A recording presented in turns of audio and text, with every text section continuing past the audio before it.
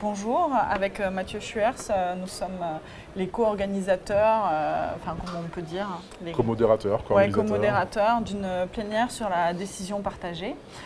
Donc en fait c'est parti d'une discussion sur les réseaux sociaux, sur Twitter.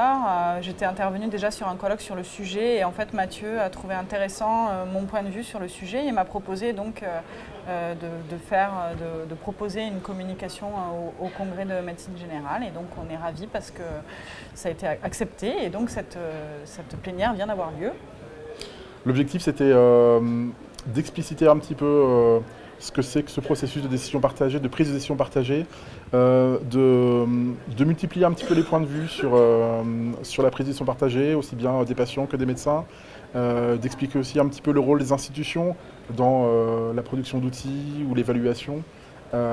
C'était aussi de rassurer un petit peu les professionnels de santé sur les enjeux notamment juridiques en termes de responsabilité médicale lorsqu'ils pratiquent la prise de décision partagée. Donc on a fait intervenir Catherine Cerizet, qui est une ancienne patiente, mais qui intervenait en tant que femme sur le dépistage du cancer du sein et sur les messages contradictoires. Elle a fait un exposé très intéressant sur ce sujet bien spécifique.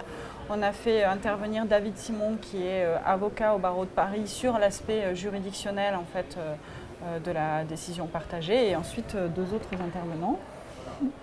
Donc Emmanuel Lefebvre, je suis intervenu en tant que médecin sur les habiletés qu'il était nécessaire de maîtriser pour un médecin généraliste pour faciliter le processus de décision partagée avec ses patients. Et puis... Donc moi, Joëlle Revel, je travaille à la Haute Autorité de Santé. J'ai rappelé ce qu'est le concept de décision partagée, parce qu'on ne l'a pas encore dit, mais c'est un temps de délibération entre un médecin et un patient sur une question de santé qui concerne le patient. Donc c'est vraiment dans une discussion au cours d'une consultation.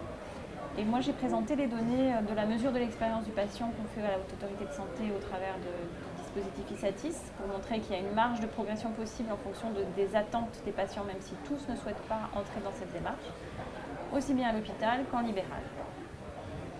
Donc c'était co-animé par moi-même, qui suis Muriel Londres, qui suis coordinatrice d'un patient chronique et associé, qui est une coalition de 14 associations de patients, et Mathieu Schuers, qui est médecin généraliste. Et on a eu pas mal de questions pratico-pratiques, c'était fort intéressant, on espère que les gens étaient ravis.